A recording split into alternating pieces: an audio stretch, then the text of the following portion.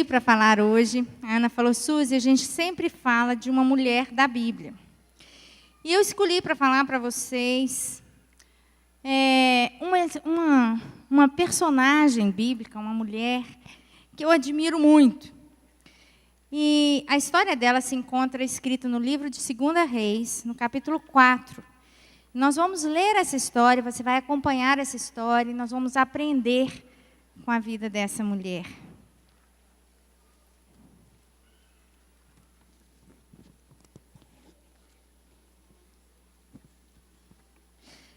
Segunda Reis, capítulo 4, versículo 8.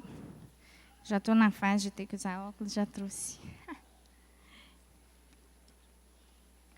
Diz assim a palavra do Senhor. Sucedeu também um dia que, indo Eliseu a Sunem, havia ali uma mulher rica, a qual reteve a comer pão. E sucedeu que todas as vezes que passava, ali se dirigia a comer pão. E ela disse ao seu marido, eis que tenho observado que esse que passa sempre por nós é um santo homem de Deus. Façamos-lhe, pois, um pequeno quarto junto ao muro, e ali lhe ponhamos uma cama, uma mesa, uma cadeira e um candeeiro. E há de ser que, vindo ele a nós, para ali se retirará. E sucedeu um dia que veio para ali, e retirou-se àquele quarto e se deitou ali. Então disse ao seu moço Geazi, chama essa sunamita. E chamando-a, ela se pôs diante dele, porque lhe dissera, dize-lhe, eis que tu nos tens tratado com todo desvelo. Que se há de fazer por ti? Haverá alguma coisa de que se fale por ti ao rei ou ao chefe do exército? E ela dissera, eu habito no meio do meu povo. Então disse ele, que se há de fazer, pois, por ela? E Geazi disse, ora, ela não tem filho, e o seu marido é velho. Pelo que disse ele, chama. E chamando a ele, ela se pôs à porta. E ele disse, a esse tempo determinado, segundo o tempo da vida, abraçarás um filho. E ela respondeu, não, meu senhor, homem de Deus, não mintas a tua serva. E concebeu a mulher, e deu à luz a um filho, no tal tempo determinado, segundo o tempo da vida que Eliseu lhe dissera. E crescendo o filho, sucedeu um dia que saiu para seu pai, que estava com segadores. E disse ao seu pai, ai, minha cabeça, ai, a minha cabeça. Então disse ele a um moço, leva-o à sua mãe. Ele o tomou, o levou à sua mãe, e esteve este sobre os seus joelhos até o meio-dia e morreu. Subiu ela, o deitou sobre a cama do homem de Deus, e fechou sobre ele a porta e saiu. Chamou seu marido e disse, manda-me já um dos moços e uma das jumentas, para que eu corra ao homem de Deus e volte. E ele disse, por que vais a ele hoje? Não é lua nova, nem sábado. E ela disse, vai tudo bem. Então, abordou a jumenta e disse ao seu moço, guia, anda, não te detenhas no caminhar, senão quando eu te disser. Partiu ela, pois, e veio ao homem de Deus, ao Monte Carmelo. E sucedeu que, vendo-a, o homem de Deus, de longe, disse a Geazi, o seu moço, olha, eis aí a sua sunamita. Agora, pois, corre-lhe ao encontro e diz-lhe, vai bem contigo? Vai bem com teu marido? Está tudo bem com teu filho? E ela respondeu, vai bem. Chegando ela, pois, ao homem de Deus, no monte, pegou nos seus pés. Mas chegou Geazi para retirar. Disse, porém, o homem de Deus, deixa, porque a sua alma está triste, cheia de amargura, e o Senhor o encobriu e não o manifestou. E ela disse, pedi eu ao meu Senhor algum filho? Não disse eu, não me enganes? E ele disse a Geazi, cinge os teus lombos, toma o meu bordão na tua mão e vai. Se encontrares alguém no caminho, não o saúdes. Se alguém te saudar, nem lhe respondas. Põe o meu bordão sobre o rosto do menino. Porém, a mãe do menino disse, vive o Senhor e vive a tua alma, que eu não hei de te deixar. Então ele se levantou e a seguiu. E Geazi passou diante deles, pôs o bordão no rosto do menino, porém não havia nele voz nem sentido. Voltou a encontrar-se com ele e lhe trouxe aviso, dizendo: não despertou o menino. E chegando Eliseu àquela casa, eis que o menino jazia morto sobre a sua cama. Então ele entrou, fechou a porta sobre eles ambos e orou ao Senhor. Subiu, deitou-se sobre o menino e, pondo a sua boca sobre a boca dele, os seus olhos sobre os olhos dele, as suas mãos sobre as mãos dele, se estendeu sobre ele, e a carne do menino aqueceu. Depois voltou, passeou pela casa de uma parte para a outra, tornou a subir, se estendeu sobre ele. Então o menino espirrou 7 vezes e abriu os olhos. Então Geazi disse: chama a sunamita. Chamou-a e veio a ele. E disse: toma o teu filho. Ela veio, prostrou aos seus pés, se inclinou em terra, tomou o seu filho e saiu. Essa é uma história muito grande e tem muita coisa linda demais para a gente aprender aqui. E hoje vai ser um tempo de aprender. Nós temos que aprender com as experiências. Quando nós lemos o que aconteceu com uma pessoa na palavra de Deus, a gente precisa de extrair daquela história todo o aprendizado possível. Ontem a Sani estava fazendo um trabalho de escola no computador. E eu tive um problema, eu não estava com o computador em casa, eu a trouxe aqui no Ministério dos Gideões, e ela estava sentada no computador fazendo, e de repente o computador apagou. Deu aquela gestão de energia, ficou tudo escuro. Mãe, perdi tudo. Vamos começar tudo de novo. Eu falei: Sani, você tem que salvar tudo que você for fazendo. Está escrevendo? Salva. Está escrevendo? Salva. Tá bom. Ela salvou uma frase, 2. Daqui um pouquinho, ela está lá no meio do trabalho. Outra gestão de energia. Mãe, perdi tudo. Saninha, você se lembrou de salvar? Mãe, eu tinha salvado no começo, agora vou ter que escrever tudo de novo. 3ª vez, lá está a Saninha salvando, escrevendo tudo. De repente, mãe! Falei: Saninha, não tem condição. Você tem que aprender com a experiência. Perdeu uma vez, eu te ensinei que tem que salvar? Tem que salvar toda hora, filha. Ela: tá bom, mãe. Aí veio toda chorando. Eu vou aprender com a experiência. Aí, tá bom. Na próxima vez, ela chegou toda para mim: mãe, caiu a energia. Eu falei: tá feliz nela? Salvei. Sabe, quando nós percebemos que alguma coisa na vida da gente está dando errado, a gente tem que aprender com a experiência. Aquilo está errado, não repete. Deu errado, não repete. Tem gente que briga com o marido, que briga com a sogra, que briga com o vizinho e não aprende. Que brigou, deu errado e no dia seguinte está brigando outra vez. Vai dar errado de novo. Né? Tem coisa que a gente precisa de aprender. E nessa história de hoje nós vamos aprender com a história dessa mulher. Essa mulher, ela tem nome? Não. Sunamita é o nome dado às pessoas que moravam na cidade de Sunem. E essa cidade, o nome Sunem quer dizer lugar de repouso. Era uma cidade que hoje não tem mais, não existe mais a cidade de Sunem. Mas várias coisas aconteceram de importante na Bíblia, naquela cidade ali. Essa mulher é uma mulher anônima, mas a história dela está registrada pelos seus feitos. E aqui a gente vai aprender a primeira coisa com essa mulher. Os feitos dela ficaram guardados para sempre. E hoje, mais de 3.000 anos depois, eu estou contando para vocês a história de uma anônima. Como é que nós vamos ser lembrados? Quais os feitos que nós temos tido que vão repercutir gerações depois que nós tivermos ido embora? Apesar de que eu creio que a nossa geração talvez vai ver a volta de Jesus, e eu creio que Jesus está muito pertinho. A palavra de Deus diz que Deus sabe o nosso nome. Às vezes, nós somos anônimos para as pessoas, mas Deus conhece você. Quando eu me apresentar diante do Senhor, Ele vai falar Suzy. Ele vai falar Priscila, Ele vai falar Rebeca, Ele vai falar Sara. E Ele vai conhecer você como você mesmo nem se conhece. Porque a Bíblia diz que Ele sonda o nosso interior. Ele conhece os nossos pensamentos. Ele sabe dos nossos anseios.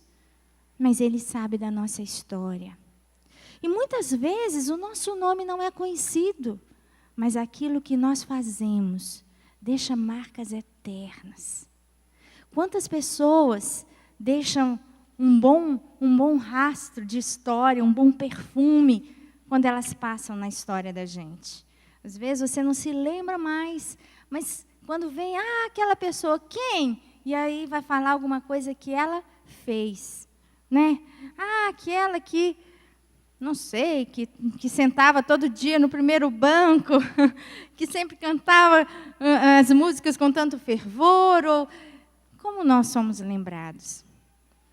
Muitas vezes, as nossas ações vão ser mais marcantes do que os nossos nomes.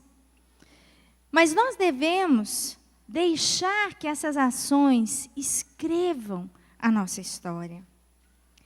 Nós precisamos de escrever uma história bonita. E essa mulher é uma mulher que nos ensina a marcar a vida com as ações.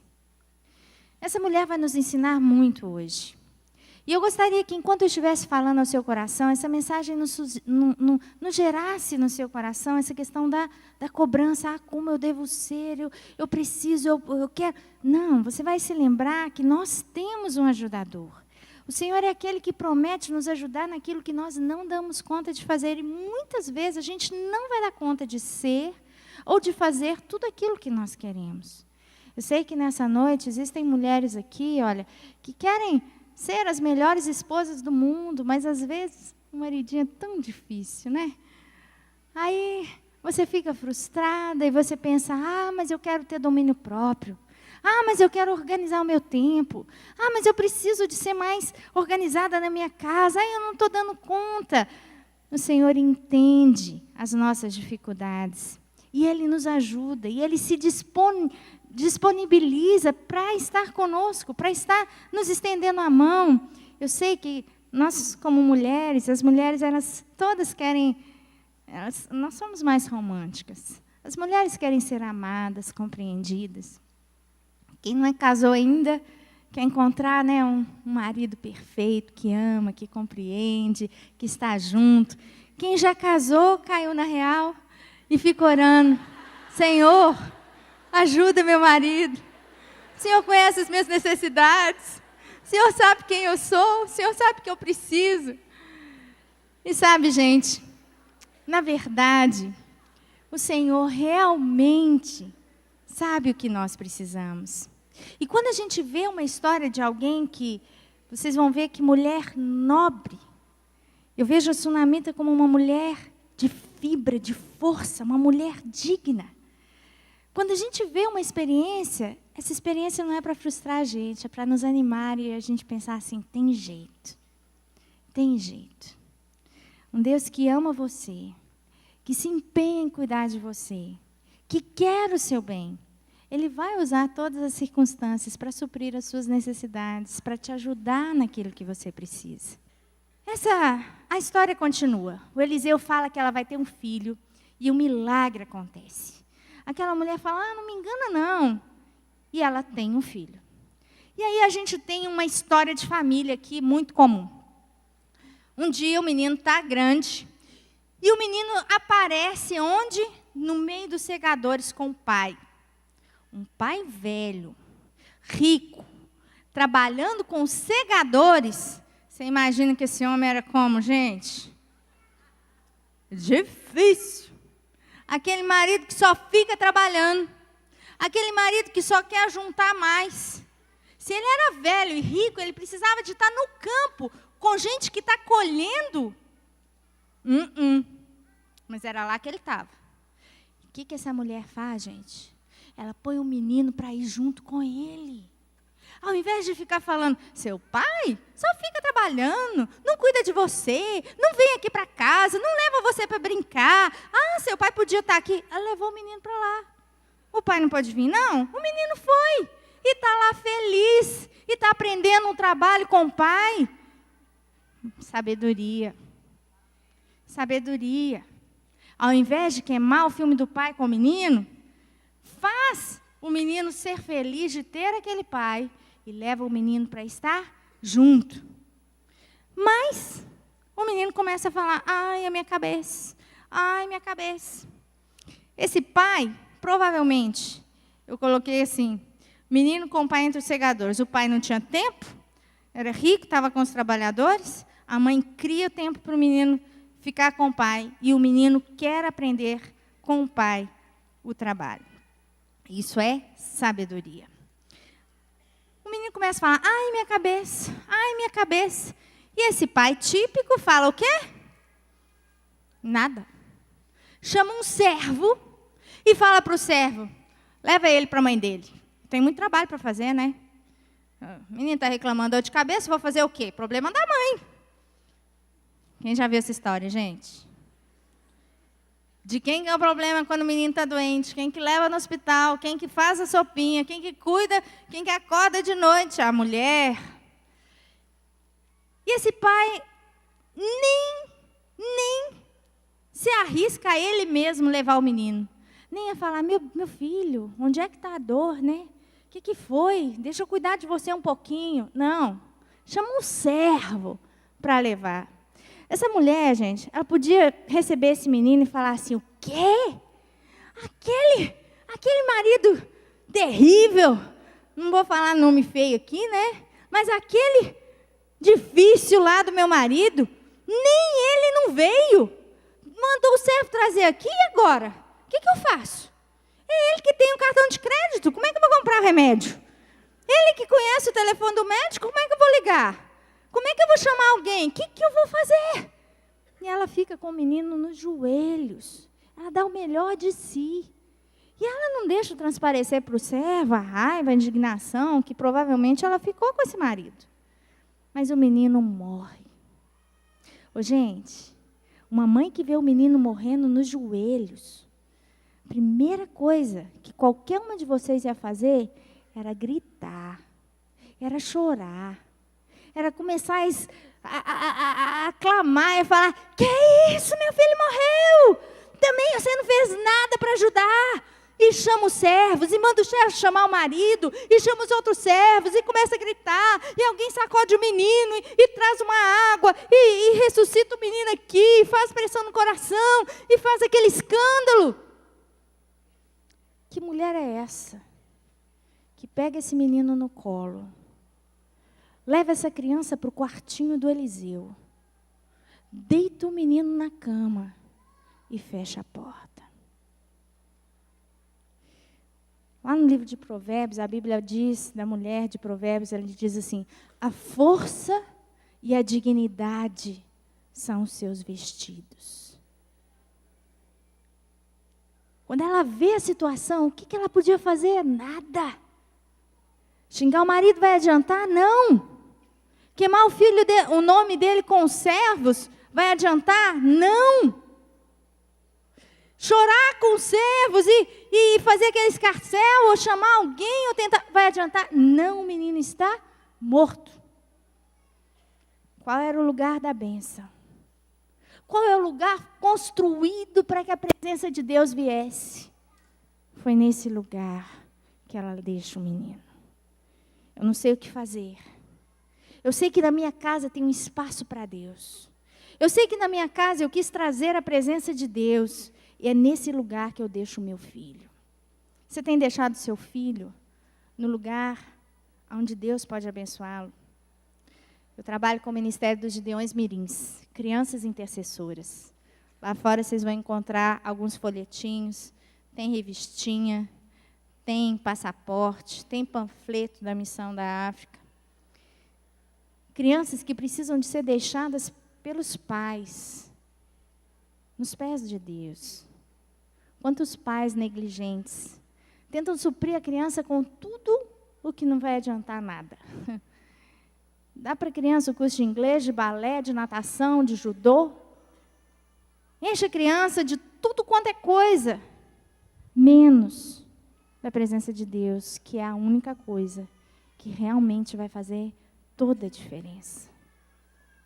Essa mulher leva esse menino para o quarto.